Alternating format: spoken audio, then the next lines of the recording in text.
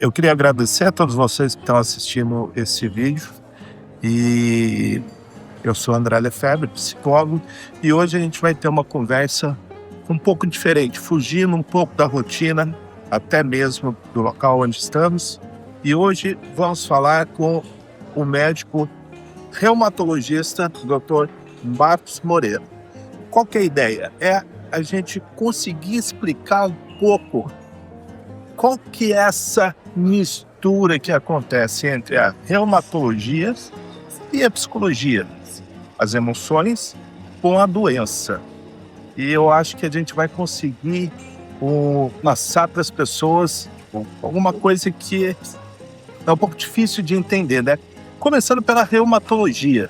As pessoas, eu percebo que tem um pouco de dificuldade de entender o que é reumatologia. Maravilha. Bom, primeiramente, brigadaço. Obrigado você que aceita esse convite. Eu acho que vai ser bem produtivo para todo mundo, inclusive para a gente mesmo. Com certeza absoluta. Obrigado mesmo. Gosto muito de falar sobre reumato, sou um apaixonado por reumatologia e acho que um ponto muito importante aqui antes da gente começar com essa conversa é a gente entender o que a reumatologia é de fato, né? A reumatologia, as pessoas associam muito a doença reumática, a doença de velho, a doença do idoso. Obrigado. E, na verdade, não é isso. Na verdade, o que a gente percebe é que a reumato é uma patologia que, na maioria das vezes, acontece na faixa ali entre uns 35 e uns 60 anos de idade. Digo para você que existem mais crianças com doenças reumáticas do que idosos. É um contrassenso, né? E boa parte das vezes, as doenças reumáticas têm correlação com processos imunológicos. E aí, muitas das vezes, entra a parte psicossomática como um dos principais fatores relacionados tanto no desenvolvimento quanto na piora dos sintomas das doenças. Então, resumindo, a reumatologia são dores que as pessoas sentem ao longo do corpo. Exato. Não são lugares específicos. Existem síndromes que podem gerar dor em lugares específicos, mas na maioria das vezes, quando isso acontece, então, embora possa ser uma coisa monoarticular, de uma articulação apenas, nas síndromes reumáticas geralmente pode ser no corpo inteiro. E aí pode ser tanto articulações, difusamente, como dor pelo corpo inteiro, ao mini toque. Eu vou te fazer uma pergunta bem curiosidade minha mesmo. A reumatologia no corpo ou também nos órgãos? Pode acontecer, excelente pergunta, excelente comentário até para o nosso tema, porque as doenças reumáticas, elas não vão acometer apenas a parte articular, né? Você tem uma gama de doenças que podem acometer os órgãos também. E a gente percebe alguma correlação do emocional no impacto em órgãos, né? Vou citar um exemplo, acho que a gente pode comentar sobre isso, falando, por exemplo, síndromes que cursam com maior quadro de ansiedade, costumam ter uma correlação com uma doença chamada psoríase, que é uma doença da dermatologia, que gera descamação de pele, às vezes gera alterações de unha. E essa doença, apesar de também trazer epidural vascular, ela comete um outro órgão, que é a pele, né? E aí, né, acredito eu que diretamente você deve ter impacto, tem um contato com muitos pacientes com esse perfil. Que eu achei extremamente interessante esse nosso bate-papo, é isso, a gente vê muito em consultório. No meu consultório, a psicologia, as pessoas, elas chegam com patologias e às vezes elas não entendem direito o que é uma doença física, orgânica, e o que é uma doença emocional. Se confunde, eu acho, não sei se por internet ou hoje está tendo muita informação, então elas buscam informação. E às vezes elas chegam até já um pouco cristalizadas. É difícil da gente quebrar um pouco o que elas já estão acreditando. E eu acho que esse acreditar, até mesmo para aliviar um pouco a parte orgânica, né? Então eu acredito em tal coisa que eu montei na minha cabeça sobre a minha doença e eu estou trabalhando só disso. Mas às vezes não é o ideal. Então a gente tem que ter um trabalho maior, entender um pouco mais a pessoa, até mesmo o histórico dela, para a gente conseguir quebrar esse acreditar dela e ir para um caminho mais adequado. concordo plenamente. Eu acho que a pessoa já cria um estereótipo e lê muita coisa. Existe um hábito que eu acredito e acho que você deve perceber muito isso também, no caso das doenças reumáticas, que a gente vê que o paciente às vezes tem um diagnóstico, como a artrite psoriásica, que a gente estava citando, e aí ela resolve entrar num grupo de WhatsApp, num grupo de Facebook, as pessoas que têm aquela doença, e fica o tempo inteiro martelando aquilo na cabeça e é o tempo inteiro só notícia de pessoas que às vezes não estão com uma evolução boa da doença, às vezes não tratam tão bem, e aí entra aquela ansiedade, meu Deus, será que vai dar certo o tratamento? E aí vai gerando exatamente essa barreira, essa dificuldade que muitas vezes quando vai ao profissional existe a dificuldade ainda maior, existe no seu ponto, né? E até eu te falo mais. Às vezes elas chegam, falam de ansiedade, estão ansiosas, então tá. Depois de algum tempo que elas vão falar que ela tem uma patologia, se ela tá com psoríase ou alguma outra doença autoimune, alguma coisa que está atrapalhando o caminhar dela. Uhum. Às vezes leva mais de mês para a pessoa falar. Aí falo como na postura de paciente, digamos assim, de psicólogos, né, que existe essa dificuldade, na minha opinião, da confiança, né? Então, quando você vai a um psicólogo na primeira vez, tem sempre aquela questão, e aí, será que eu vou ser julgado? Será que eu posso falar? Será que esse cara não vai me achar doido? Né? E acho que a criar essa confiança e romper essas barreiras ajuda, acredito, tanto na sua parte quanto na minha. Eu percebo muito que quando o paciente faz acompanhamento psicológico e ele tem essa confiança com o profissional que ele vai, a resposta medicamentosa, que é o que eu posso oferecer enquanto médico, vai muito melhor. A gente percebe várias coisas, né? A vergonha que a pessoa tem da doença, às vezes ela tem até uma dificuldade de falar para mim, bate pronto logo no início, porque eu já escutei muito isso. A culpa não é minha. Essa doença não fui eu. Arrancar o cabelo, né? Eu não faço de propósito, não sou eu. São vertentes, né? Apesar da psoríase ser uma doença que acomete mais pele, o comportamento ele costuma ser repetido em outras síndromes, como por exemplo a automutilação, que deve ver bastante. É interessante que eu vejo, não sei se você percebe, eu sou um cara que atende muita gente aqui em São José, de diversos que eu fiz, e eu percebo que no caso específico desse exemplo que a gente está usando, acho que é até interessante que a gente use outros, não? No caso específico da psoríase, da artrite psoriásica, você percebe um perfil mais voltado para a parte de ansiedade, para a parte de, às vezes, empreendedor, às vezes pessoas que trabalham com cumprimento de metas, bancários, são aquelas pessoas que o estresse acaba sendo drenado para o quadro de pele ou para a parte articular. Eu tenho uma frase, não sei se você concorda, acredito que sim, que é: se a gente não fala, o corpo grita. O corpo eu também gosto muito dessa frase, que pra gente é a somatização, né? Que a mente não está suportando mais, ela fala, a gente não escuta, fala, bom, então vai pro corpo, porque daí agora agora vai ter dor, vai ter outros sintomas, quem sabe agora ele presta atenção. Uhum. Então, se falando em ansiedade, se falando em patologia, conforme a pessoa, conforme o sentimento, as emoções da pessoa, normalmente é onde ela a somatização dela vai apresentar pele, estômago, cabelo, Sim, cabelo e tal. Automutilação, se eu estiver errado, você me corrija aqui, por favor. Porque quando se fala em automutilação, já vem na nossa mente se cortar. Perfeito. Então, automutilação, eu acho que ela vai um pouco além disso. Por exemplo, se você se priva de alimentos por algum motivo, isso não deixa de ser uma automutilação. Anorexia não deixa de ser uma automutilação. Então a gente vai vendo que não é uma violência física, mas não deixa de ser uma violência. É uma violência contra o seu corpo. Sim. Perfeito. Então eu vejo que cada sintoma que a pessoa tem, cada patologia, cada doença, ela é relacionada para um perfil de pessoa também. Uhum. Né? A gente está falando de somatização. Claro, perfeito. Então ela me direciona.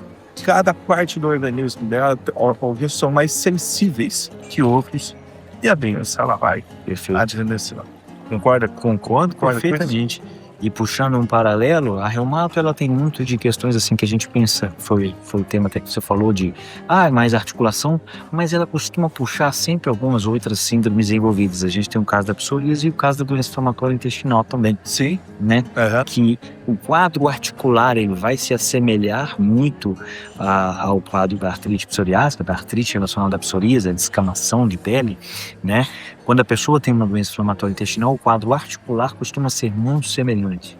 E a causa, muitas vezes, para além do alimento, para além das questões envolvendo glúten, doença de Crohn, retocolite, que são doenças inflamatórias intestinais e precisam ser tratadas como tal, mas a gente percebe que essa parte emocional, ela é muito importante. Me permita dar um exemplo?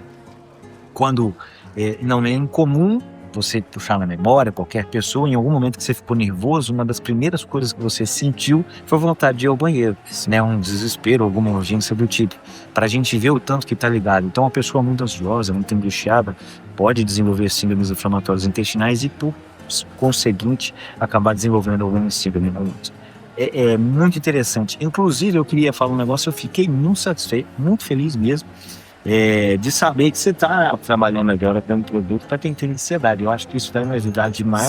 Sim. Tem muito paciente. É interessante esse produto. Chega um momento na nossa vida que você vê pessoas em sofrimento e seu braço ele não alcança, ele é limitado. E de certa forma, uma equipe, a gente conseguiu aumentar esse braço. Conseguiu para chegar em diversas pessoas. Algumas pessoas elas não conseguem chegar até o consultório, ou tem vergonha, ou não tem tempo e tal. E, poxa, eu preciso alcançar essas pessoas. Isso eu sempre tive essa meta também. Eu desenvolvi o protocolo FM, Foco e Mente, que ele é voltado para a ansiedade, onde tem lá um teste que avalia o seu nível de ansiedade, até para você saber se realmente... já consegue fazer o teste? Sim, é um teste científico, né, computadorizado, que te dá a resposta na hora. Então, se a pessoa entrar, ela já consegue fazer ali. E ela vê o nível de ansiedade dela. Às vezes ela nem tem ansiedade, ela carrega com ela essa coisa de ansiedade que os outros falam, pô, você é ansioso, você é ansioso. Hoje é meio banalizada essa palavra, ansiedade, tudo é ansiedade. Calma aí, não é dessa forma. Então, você entendeu o seu nível de ansiedade e a partir daí eu tenho alguns vídeos, 8 vídeos explicando 2 e-books que também é oferecido. Então tem um teste, 2 e-books e 8 videoaulas, onde é explicado como funciona esse e-book e vai um pouco mais além. Já estou bolando também um outro e-book, um outro protocolo que ele vai um pouco além da parte física.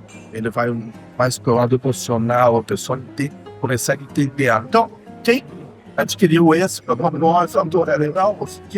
vai ter um outro que já está praticamente finalizado, que vai mais para a parte emocional, a pessoa começar a se entender o porquê que eu tenho essa ansiedade, por que eu não consigo controlar isso aqui, o porquê que está me dando algumas patologias, por que meu corpo está respondendo, porque até então eu estou com ansiedade, já faz nos exercícios de respiração, tal, passou. E aí, eu posso. Eu depois. Consultório, mas como eu te falei, meu braço, ele precisa ir além.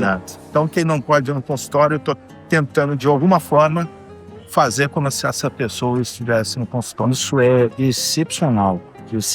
Fico muito feliz. Acho que tem tudo para dar certo, tomara que se der certo, por favor, faça de angústia e outras coisas. A ideia é essa, é prolongar tudo isso aí, porque a psicologia ela é muito subjetiva, ela é difícil.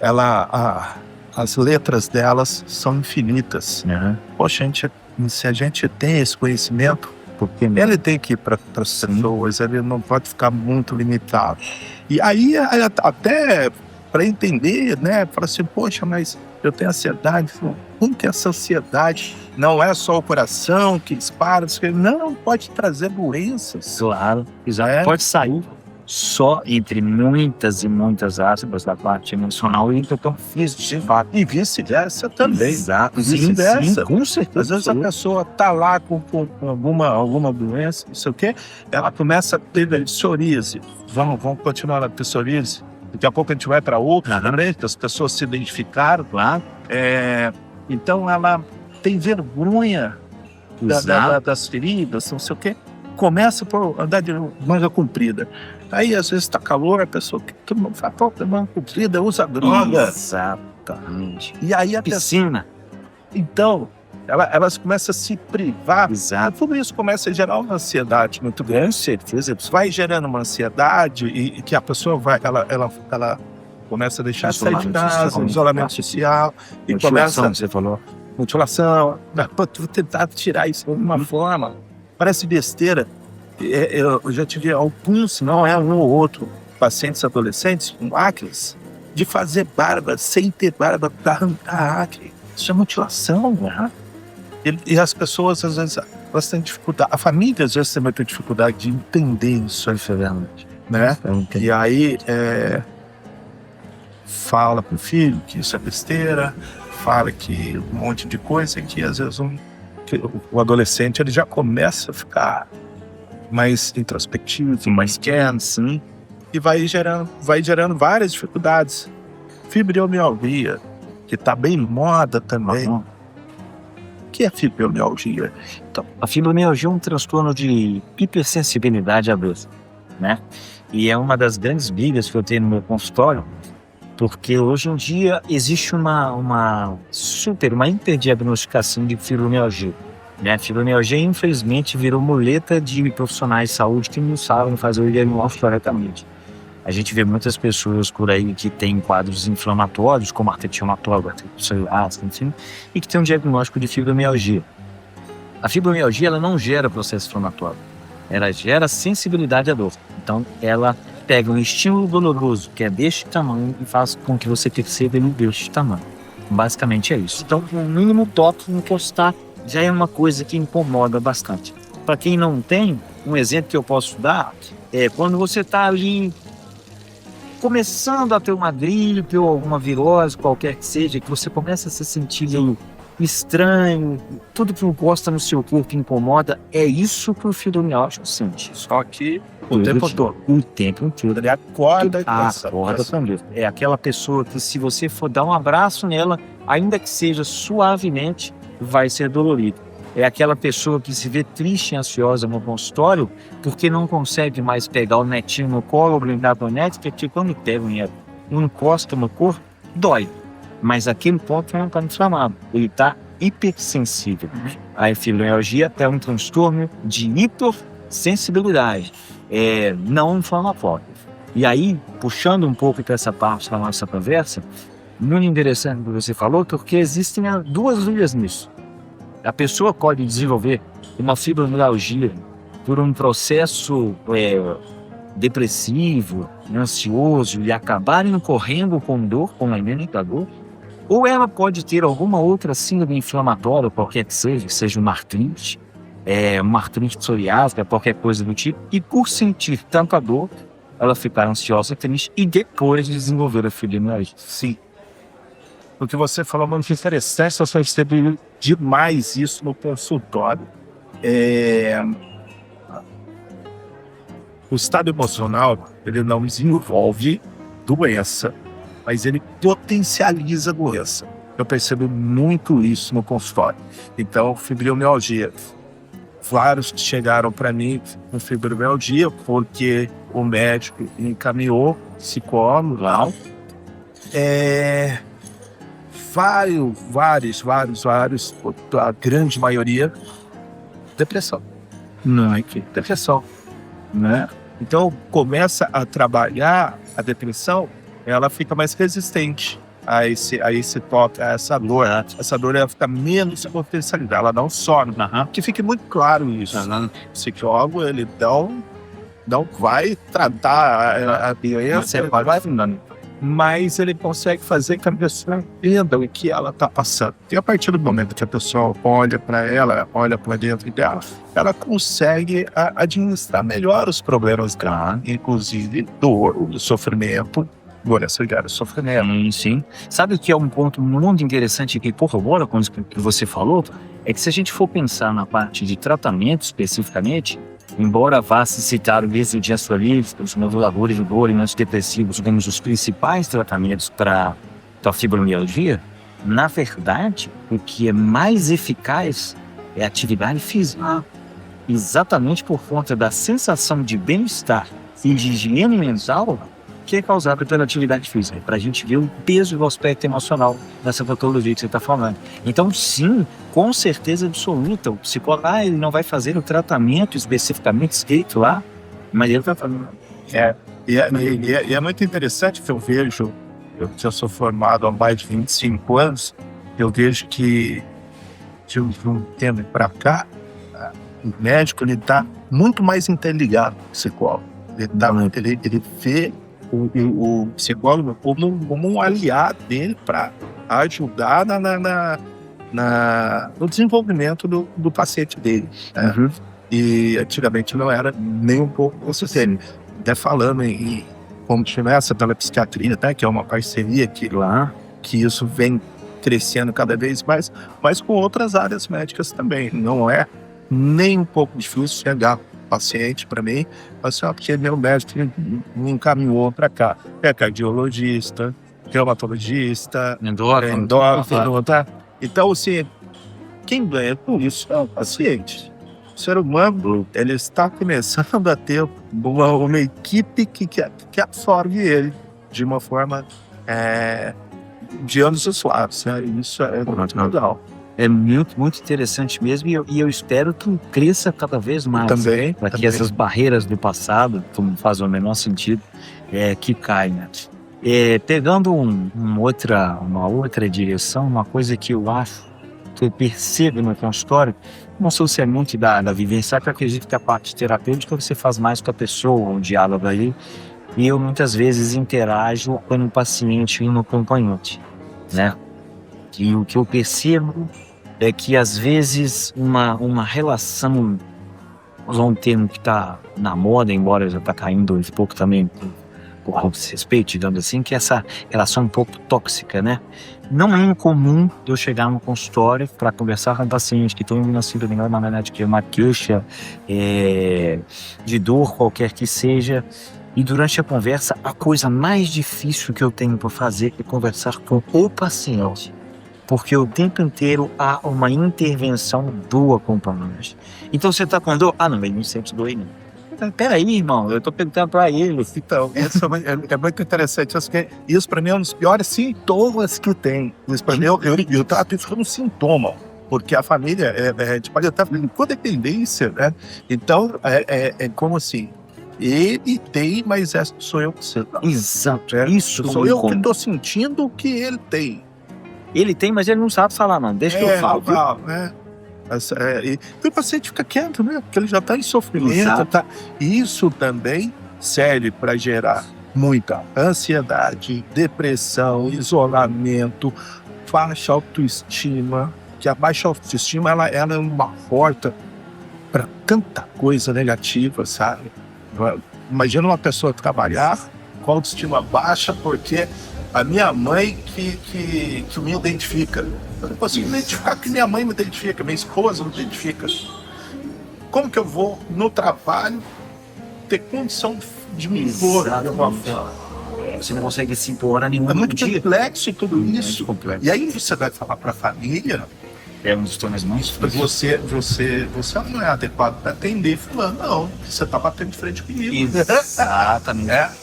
E aí eu faço uma pergunta, como proceder? Porque às vezes eu tenho tanta dificuldade de falar para a pessoa, e eu já perdi pacientes por causa disso. Deixa eu falar. Como eu convencer aquela pessoa que está numa situação de vou usar a palavra submissão, que eu nem sei se é a Tá, mas pode usar. E falar assim, irmão, procura um terapeuta, porque você pode ser engolido. Tá. A prática vai dando essa vivência, essa experiência, essa expertise pra gente. Então, quando chega alguém, eu procuro.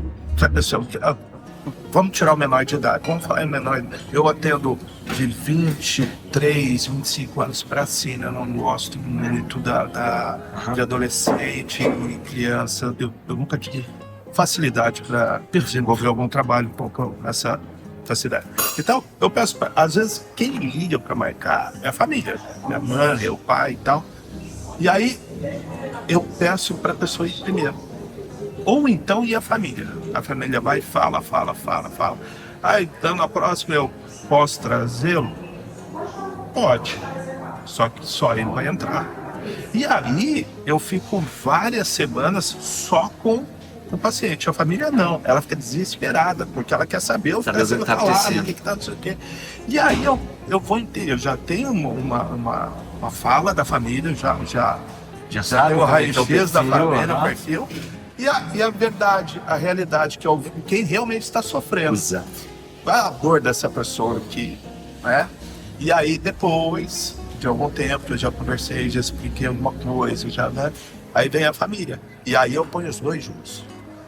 Aí já não é mais. Aí é os dois juntos. Aí os dois juntos é como se fosse uma terapia de casal, mais ou menos. E sim, porque a família, eu entendo que quer ajudar, que quer de alguma forma suprir a necessidade, mas não, é a própria pessoa que tem que suprir a necessidade dela, não é a sua dor, só você sente, só você sabe a intensidade da sua dor. Física e emocional. Física e emocional. Nunca, você pode ter 2 pacientes com fibromialgia da mesma idade, mesmo sexo, mesmo tudo igual, você dá o mesmo remédio. Um vai responder de um jeito, o outro do outro, um vai ser mais rápido, o outro vai ir mais lento, tá? Porque cada um é um.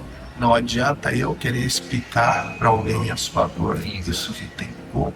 Você pode me dar algumas ferramentas. Ponto. Então isso é interessante. Você está tratando de João? Então trate de João. A família fica para depois. A família do João é só a família do João. A família é só a família do João. Só isso. Você pode dar um amparo, você pode dar. Mas claro. A fala mais importante é de quem tem a dor. Exato, eu percebo isso com muita frequência. Vai acontecer da família, mas não, aqui não é seu lugar, porque não me deu a importância que eu acho que eu mereço. Eu acho que ok, a gente não consegue agradar todo mesmo. Mas uma hora volta. Uma hora volta. Porque se não é tratável adequadamente, o problema persiste. É muito freguês.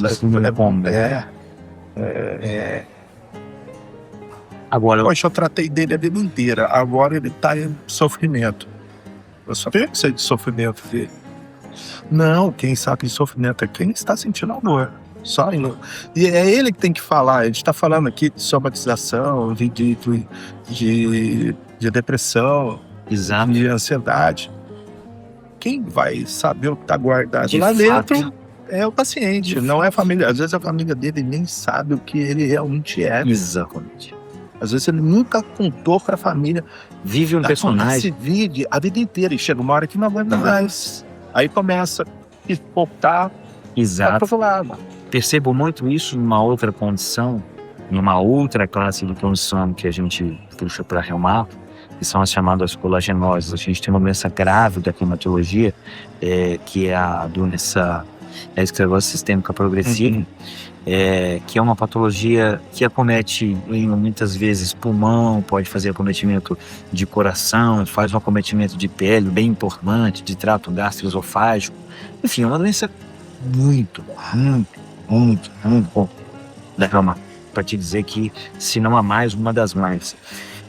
E ela tem uma correlação muito íntima com esse perfil da angústia, do não reconhecimento, de fingir por muito tempo ser aquilo que não se é. E você falou uma coisa interessante: angústia. Ansiedade é uma coisa, angústia é outra. Isso não pode ser confundido. A ansiedade é aquele sofrimento que eu tenho pelo que eu vou fazer, pelo que vai acontecer, que vai dar tudo errado e tal, e eu não consigo dormir, ou palpitação e sudorese e tal. A angústia está instalada na pessoa que eu venho carregando há tempo. É um vazio lá dentro, que ela não consegue identificar. Então, a ansiedade, eu consigo identificar que eu estou agitado, estou nervoso, não dormir, porque eu vou viajar depois de manhã. Dependente disso, ansiedade. A angústia, a pessoa não consegue identificar. É onde ela precisa da nossa ajuda. Na verdade, ela sabe. Está guardado muito dentro do inconsciente dela. Está ali. Mas ela não identifica. Estou com vontade de comer alguma coisa, mas não sei o que ó. É angustiante. Você tem uma vontade que você não consegue identificar. É mais ou menos isso. Vontade de escutar uma música, mas não sei qual o estilo. Toda música que eu ponho fica ruim. Dá uma fala assim, nossa, tá faltando alguma coisa, tá? Ou você tem aquela sensação de que alguma coisa vai acontecer, fica, ai, mas você quer isso, começa a pensar um monte de coisas, sempre negativo, né? Sempre negativo. Você nunca vai pensar uma coisa positiva. Ganhar 1 milhão ainda. Não. E aí é essa angústia. E normalmente tem pessoas que desenvolvem algumas patologias, porque elas estão vazias, elas não conseguem identificar esse vazio. Para os meus pacientes eu falo muito, você sabe quem é? Sua identidade, você consegue visualizar a sua identidade, tem lá a sua foto, tem uns que ficam me olhando assim, sabe? Tipo, eu acho que eles tentam visualizar e não tem foto, né? Porque a gente não se olha no espelho, e isso é angustiante, né? Então, a angústia, ela é diferente da ansiedade. E às vezes é meio confundido tudo isso aí. Tá aí uma coisa que pensei agora, que eu já ouvi de queixa de alguns pacientes, não sei se é recorrente no seu consultório, mas às vezes eu pergunto, né, para avaliação de autoimagem da pessoa, eu falo, poxa, quando você se acha uma pessoa bonita, você se olha no espelho, e as pessoas respondem, às vezes, não me olham no espelho. Muitos estão se olhando. Muitos. E é uma coisa que, teoricamente, para uma parte grande da população é corriqueiro, né? Então, só que assim, aí eu vou te falar o que eu faço ali no consultório. O espelho, ele não mente. O espelho não mente. Se você quiser saber a sua verdade, converse com você no espelho. Ele nunca vai mentir para você. Então, às vezes, você acordar de manhã e não prestar atenção em você no espelho, ou pegar, arrumar o cabelo e escovar o dente, olhando para você, não olhar para você, só que fugindo de você. É hora de você parar e falar. E se olhar mesmo, não é só fotografia, só olhar mesmo. É olhar mesmo, é olhar ali e falar assim, eu tô igual eu estava ontem. Qual é a minha? Né? Quem que eu sou aqui, cara? Não preciso fazer nada. Não... Será que eu tô cuidando desse cara direito? Exatamente. Mas às vezes é mais fácil. Não? A gente faz isso na rua também, com as pessoas. Às vezes passa alguém conhecido e vou fingir que eu não tô vendo. Por quê? Por que fazer isso? Por que não falar um oi? Na verdade, o problema não é aquela pessoa. Você não está evitando aquela pessoa. Você está se evitando. E a gente mente pra ele, não, ele faz tempo que eu não vejo, ele vai me pegar de conversa. Vai nada. Na verdade, é você que está se evitando e arrumando desculpa para não ir até ele. O espelho é mesmo para todos. Use isso com seus pacientes. O espelho não mente. Ele nunca é o cara que nunca vai mentir com você. Eu falo muito para alguns pacientes, assim, conversa com você no espelho. Brigue com você no espelho, abre de você à frente do espelho. Ele fala, eu não conheço, sai da minha cabeça, minha imagem, a minha cara, eu tenho que ficar bravo. Esse é você, velho. Nossa, interessante. Nesse perfil dessa patologia, tem ou às vezes a perda de algum parente, e aí a pessoa fica remoendo, ou que fala, a moça que teve um aborto, e ele fica remoendo aquilo, e aquela angústia, aquele vazio, e um perfil recorrente, embora isso não esteja descrito, estou falando para você de experiência de anos de consultório. Não parece, mas eu já tenho 10 anos de consultório já, então já vi algumas coisas. É que você veio de Minas Gerais, né? Porque mineiro ele é mais calmo, mais tal. Eu sou bem Demora um pouco mais. Acho que eu vou comprar seu curso. Como é que é? Protocolo Protocolo FM, foco e leite. Outra coisa que eu percebo é a pessoa tem uma orientação sexual e ela não aceita aquilo, ou a família não aceita, e acaba muito mais para esse lado. Existe uma diferença que eu percebo muito grande entre aquela pessoa, né? Mais ansiosa, vai desenvolver uma doença intestinal, no quadro psoriásico, alguma coisa do tipo, daquela pessoa que é angustiada, que tem problemas substanciais e tudo mais, e que vai desenvolver essa classe de doenças reumáticas que traz um impacto que a gente não sabe. Você tem algum paciente homossexual que desenvolve alguma... Pela opção sexual, pelo amor de Deus, não. Porque não é essa a causa. Mas é um perfil recorrente, aquilo que luta consigo mesmo. Contra a natureza, né? Exato. Contra a natureza dele mesmo. Ele mesmo, Eu acho que é um dos assuntos mais difíceis que eu tenho para trabalhar, sabe?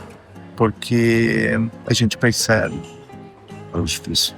A pessoa ela se esconde dela mesma o tempo inteiro e a gente tem que ter muito tato de como lidar com isso. É diferente porque a gente está falando de cultura, a gente está falando de sociedade, a gente está falando de um monte de diferenças sociais que de repente a pessoa tem que quebrar tudo aquilo ali para ela chegar nela mesma. Então, você sabe o que é uma pessoa de 56 anos cheia de problemas, somatizando de tudo quanto é forma, tendo até pequenos surtos, assim como ela falava, porque o homossexual nunca falou pra ninguém. E não falava pra ele mesmo, sabe? E aí, a gente estava trabalhando muito isso. Ele falou assim, olha, conversa com o seu irmão, jamais! Conversa nunca! Que vão pensando. Roda de amigo deles, eram todos pessoas casadas, e ele... Casado também. Não, eles solteiros. Eu falei assim, outra pergunta, porque você sempre solteiro. Eu tentava entrar ali, né? É uma dificuldade muito grande, muito grande. E ele foi até mim, por quê? Porque ele começou a ter esses pequenos surtos, ele falava, e eu comecei a identificar uma depressão bem acentuada, uma falta de vontade de viver grande. Aí eu falei, tentando entender se isso aqui realmente é depressão ou se tem alguma outra coisa instalada aqui. E aí foi que isso aí começou a guiar. Deu uma vida inteira sem falar, nem pra ele. E sabe o que é pior? É mais que é muito interessante, imagina. Muito mais. Muito mais comum do que a gente imagina. E é por isso que um papo como esse aqui, apesar da gente tocar em temas sensíveis como esse, eu acho extremamente importante que seja dito. E que fique muito claro que a gente não estamos julgando de ninguém, sexualidade de ninguém. A gente só está falando que às vezes as pessoas podem até falar assim, poxa vida, eu nunca pensei dessa forma. Exatamente. Até porque é uma possibilidade de autocuidado para a pessoa que talvez nunca tenha tido por pensar no que o outro ia pensar dessa situação. Sim. Desenvolveu uma doença por causa disso? A automutilação, às vezes a pessoa se mutila sem saber o porquê que ela está se mutilando. Por quê? Não, porque isso aqui não dá um prazer. Mas qual a necessidade desse prazer de mutilação? Ou porque quando eu estou muito nervoso, eu preciso fazer alguma coisa assim, porque essa dor é maior do que a dor interna. Exato. Sabe? É uma força. Isso precisa ser tratado. Exato. E muitas vezes, quando a pessoa não chega ao ato de fato de fazer esse tipo de coisa, às vezes a própria introspecção, a angústia, propriamente dito, e, no caso da reumatologia, o desenvolvimento de síndromes extremamente complexas. Eu já tive casos de pacientes jovens com quadros extremamente difíceis. Quando você faz um diagnóstico do SCA desse tipo, não existe garantia de que o tratamento vai ser eficaz. Então, é uma doença extremamente grave, com uma progressão extremamente rápida e com uma capacidade de tratamento muito limitada. Então, embora não seja uma questão que envolva apenas esse perfil que a gente está falando, eu vejo esse perfil com uma frequência maior, mas não é só desse perfil. É muito importante. Mais uma vez, uma frase que eu falei e que o André compartilha também: se você não fala, o corpo vê. Se você não fala, o corpo vai falar por você. Exatamente. Vai. Se você não fala, o recado será dado de alguma forma. Por algum lugar. Né? E nesse caso especificamente, aí fica até como um alerta para a população em geral. Se você sofre com uma angústia muito intensa, se você tem problemas internos que são difíceis de expor, procura ajuda. O psicólogo, ele não vai te julgar, né? Não, ele vai lá para te ajudar, exatamente. Ele pode te livrar de um problema, falando como um médico que vê muita coisa grave. A reumatologia, embora as pessoas não saibam, ela cursa com patologias que podem levar as pessoas ao óbito. Não são todas, mas algumas podem. Essas são algumas delas. Então perceba a importância do perfil emocional e de procurar ajuda de um psicólogo, que exemplo encontra. E também fica muito claro que o medicamento é essencial. Com certeza absoluta. Eu não consigo ver pessoas que tenham algumas doenças autoimunes ou algumas outras e falam assim, não, eu vou tratar com ervas naturais. Não. O remédio ele existe para ser usado, e o médico é quem tem a licença de saber qual é o remédio adequado para você, na dose certa, no tempo certo. Exato. É uma questão de fuga que eu vejo muitas vezes também, que as pessoas preferem acreditar na teoria da conspiração, que é lista farmacêutica, que não sei o que lá, para fugir do problema e da necessidade de tomar o remédio. Isso é uma coisa interessante. Isso me lembra muito na época da pandemia, né? O que mais tinha se falando tinha o protocolo e tudo mais. Poxa, mas nos enganamos o tempo todo é igual academia, né? Tá o tempo feio, eu não vou na academia hoje, não. Vai chover, eu não vou na academia. Deu um espirro, eu não vou na academia. É a mesma coisa, só que precisamos encarar as nossas dificuldades, nossas limitações e as nossas necessidades, né? Então, tá aparecendo alguma coisa em mim, vou lá me tratar, vou me respeitar. Com certeza. Eu tô com dificuldade. Muita dificuldade. Principalmente o perfil masculino está mudando um pouco, mas os homens têm muita dificuldade. Um tema que eu acho que é até interessante de falar, já que nós entramos em coisas complexas, se ele permitiu, vamos entrar com. Vamos. Graças a Deus a gente tem percebido um empoderamento feminino muito grande. As mulheres estão tomando lugar que antes não tinham, muitas coisas. Isso é excepcional, embora traga uma carga de ansiedade muito grande para muitas delas. Mas eu percebo que o perfil masculino, os homens que às vezes ficavam mais tranquilos, digamos assim, eles não estão preparados para lidar com essa situação, e eles estão ficando meio que marginalizados no processo. O homem continua não podendo chorar, né, como diz a música do Pablo, mas o mundo exige um pouco de sensibilidade e tudo mais, e aí você vê uma mudança de perfil masculino para atender as adequações femininas, de abuso e tudo mais. É muito importante, que tem que ser assim mesmo.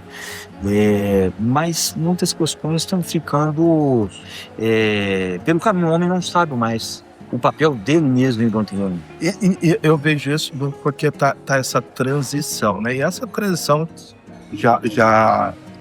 ela já vem de algum tempo, ainda vai levar mais um tempo. As coisas não se transformam muito rápido. Exato. Né? Porque essa ansiedade que a mulher, esse empoderamento dela, ela tá aprendendo. Tudo ela tá aprendendo. E o homem tá aprendendo também. Uhum. Então vai demorar um pouco, mas a carga vai chegar no lugar. Vai ajeitando tudo. Isso eu vejo isso meio como normal. Lógico, Processo. tem um processo, tá? Algumas pessoas saem um pouco da Claro, mas aos igual excessos ao de excesso sempre tem tudo em todas as condições. Mas eu vejo isso como é que normal. Então a mulher, ela tá tomando um espaço que ela nunca pôde pertencer. Nossa, agora eu tô podendo entrar aqui, olha, é tudo diferente. E o diferente, ele causa medo. E O claro, novo causa medo. Então para as duas partes. das duas partes. E cada um começa a se virar. E o homem vai falar, porra, eu tô perdendo terreno para mulher. O que eu Exatamente. posso fazer para não perder tanto? Isso é bom. Até isso as é muito pessoas bom. acostumarem Sim, com essa. é. E tudo isso é muito bom. Uhum. Trazem doenças, mas é importante toda essa transformação. Tem que ter. Até porque desde que o mundo é mundo, a humanidade está evoluindo. É evolução. E não vai parar. É evolução. Isso aí. Poxa, com certeza que as coisas vão se assentar. Cara, gostei demais do papo, cara. Eu acho que a gente devia fazer mais vezes. Obrigado por me chamar, viu? Nossa, foi muito bom. Obrigado você de ter aceito, obrigado você de acreditar no meu trabalho também, na psicologia. Oxe. Espero que possamos ter outro desses encontros. Quem tem a ganhar são os ouvintes, quem está assistindo. Inclusive, eu vou até ter liberdade de falar um pouco do seu nome. Se vocês quiserem falar de algum assunto, algum tema, pede que podemos falar. Acho que vai ser disponibilizado o Instagram, YouTube, alguma coisa do tipo. A gente acredito que vai ficar ligado em comentário e tudo mais. A gente faz mais episódios, se você animar. Eu acho que é igual eu falei. Se deixar, eu falo 2 horas. Eu acho que é igual eu falei. Eu acho que precisamos alcançar as pessoas. Exato. Eu acho que se permitiram que a gente se tornasse o que nos tornamos, isso precisa ser multiplicado, isso tem que ir para frente, não pode ser muito limitado. Muito bom. Então, nos colocamos à disposição para novos temas, novas abordagens, e agradeço quem assistiu ao nosso vídeo. Também agradeço a cafeteria, felicitar, um ambiente maravilhoso, onde estamos aqui 1 hora conversando, falando de doença, falando do que já passamos no consultório, e obrigado por esse espaço tão bonito. Não sabia que ia ser tão agradável fazer um bate-papo nesse ambiente. Concordo. Com essa energia tão positiva. Falamos por assim. coisas pesadas, falamos sobre doença, mas o ambiente continuou leve. Muito bom. E continuamos leve também, né? Exato. Isso é muito bom. Então, Me chame sempre. Obrigado. Obrigado pelo bate-papo maravilhoso. Tamo junto. Valeu.